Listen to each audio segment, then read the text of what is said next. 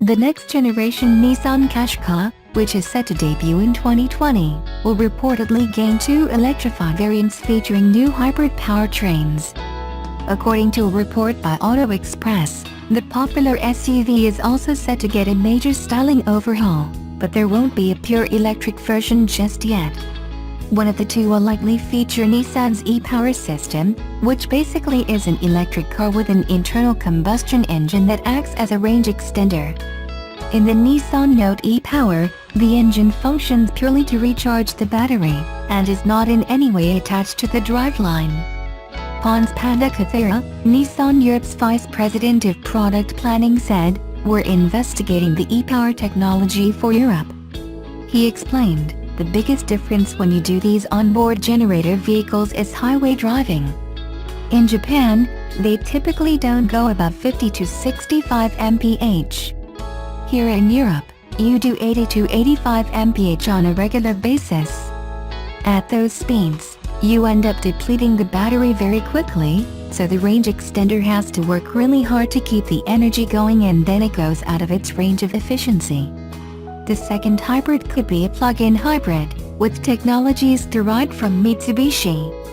However, Pandakathira isn't convinced on the benefits of PHEVs. He said, "We're not pursuing a big plug-in hybrid strategy. On some car lines we'll try it out, but the business case for plug-in hybrids is not very good. For us, it's a bridge technology for the next 2 to 4 years until battery costs drop to the point where the variable costs of making full EVs prevail." For platform, the report states that the next Qashqai will be based on a new version of the Renault-Nissan-Mitsubishi Alliance's Common Module Family (CMF) architecture that accommodates hybrid technology. Pandakathira told the publication, "We are looking at a new platform because that's what's best to accommodate electrified technologies. It probably won't include full electrification, because that's a complete tear-up and the investment required for that would be considerably higher." Nevertheless, it's worth noting that the far-shelved Mitsubishi Outlander PHEV has already managed to achieve CO2 figures below the strict 50 grams per kilometer mark under the new Worldwide Harmonized Light Vehicle Test Procedure (WLTP). Expect the Qashqai PHEV to offer similar figures. Again, the Qashqai will not be available as a full electric vehicle, but Nissan is expected to produce a range of EVs based on an all-new platform that will underpin a whole family of electric cars. That includes vehicles in the B, C and D segment, everything from the Juke to the X-Trail. Expect more technologies, such as a more advanced ProPilot autonomous driving to be featured as well.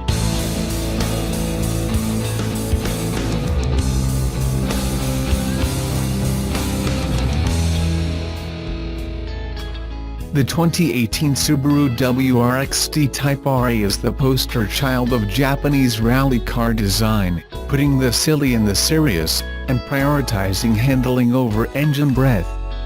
This limited edition model won't sell much, and not because it's the most expensive production Subaru at $49,000.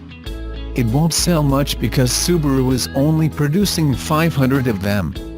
The Type R in this boggle of letters stands for record attempt in Subaru's vaunted racing history, including a 2017 Nürburgring speed record for a 4-door sedan in a modified ST Type R. With its gaping hood scoop and massive wing, which just may be large enough to fit the entire name boggle on it, the rally car looks like a toy car out of a fanboy's wildest dream. The $9,000 difference from the ST, the benchmark for giant wings and 4-door rally fun, starts with less weight for better performance. Carbon fiber is used in the roof and wing, the spare tire is removed and the 19-inch alloy wheels are lighter, contributing to an estimated 50-pound weight drop. The gold rims just look cool, though they pop a bit more against the crystal black or WR blue than the crystal white of the tester. It feels pretty cool too. While torque stays the same, horsepower gets bumped by 5 over the ST to 310 horsepower from the 2.5-liter turbo boxer 4-cylinder engine. High-flow exhaust, stronger pistons and a new cold air intake make for an engine that can better endure extended track sessions. Both the ST and Type RA aren't known for power. The Sport and Sport Plus dial allows for 3 modes, and once revs hit about 3,000 RPMs the car slingshots ahead. But it peters out at about 5,500 RPMs, so on long straights it can get passed by an all-wheel drive competitor such as the 350 horsepower Ford Focus RS. The RA excels on an autocross, or wherever it's best to come into turns hot and maintain revs to slingshot out. Steering and handling stay true to the road and driver input, instilling a Porsche-like cornering confidence in a 4-door compact. It has the same C-diff, or driver's control center differential, as the ST, and toggling through it feels like an old-school racing game. In auto mode, torque is split to 41% front wheels, 59% rear wheels. Hitting the plus button evens the balance for all-wheel needs off the track and bad weather. The minus button shifts the amount of center differential lock in favor of the rear wheels for more spirited driving. Manual essentially lets the driver determine the amount of lock instead of having the system react to inputs, which could make for more inconsistent lap times. Inverted front struts come standard for greater durability on the track. The track enhancements are key because everything about this car begs to be hammered. It's loud, it's stiff, it's tactile, and it handles with supreme grip. The short stubby stick has short, quick throws in the 6-speed manual. The firm clutch can be forgiving, like Old Testament God shifting into New Testament territory. First to second requires a 2-step dance that's all about timing, otherwise it'll rev too high or shudder too low. Rowing into third and fourth isn't as demanding. The only difference over the ST is a revised third gear ratio. Stiff Recaro seats come standard, and the Type RA has the same everyday 4-door functionality as the WRX. Type RA is better for autocross than track laps, although better drivers will make it work on both. The ultimate question for Subaru fans is if it's worth $9,000 more than the ST. Exclusivity has its privileges, and you'll be a standout at the car show for those in the know.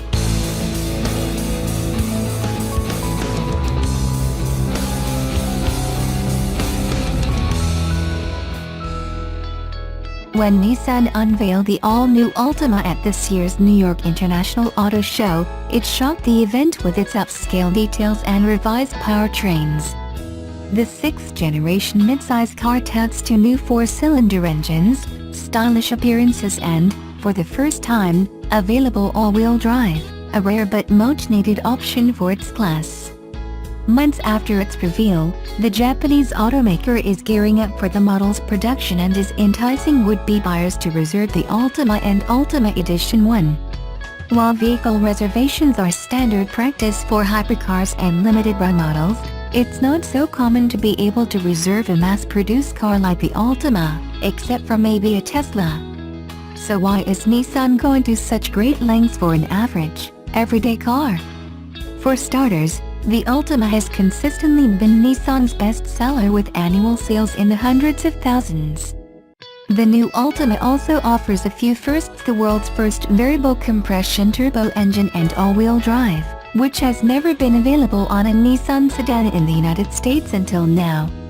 Then there's Nissan Intelligent Mobility with ProPilot Assist, an advanced suite of safety features akin to Honda Sensing and Toyota Safety Sense.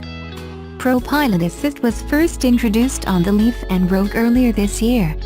Nissan is hoping to also sway buyers with some complimentary at-home tech. Available for a limited time, Altima reservation holders will receive a choice of an Amazon Echo Spot, Bose SoundLink Revolve, and Amazon Echo Dot, or Apple AirPods alongside the keys to their new Nissan. Meanwhile, Altima Edition 1 reservation holders will receive a choice of an Amazon Echo Show and a 1-year subscription to Amazon Prime, Bose SoundLink Revolve, an Amazon Echo Dot and a 1-year subscription to Amazon Prime, or an Apple Watch Series 3. Using Nissan Connect services with Amazon's smart speaker virtual assistant, Alexa, you can use voice-enabled commands to remote start, unlock doors, or flash the car's lights right from your phone.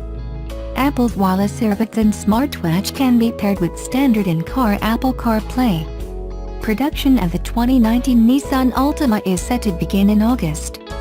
Pricing has not yet been announced but is likely to increase from the Altima's current starting price of $23,260.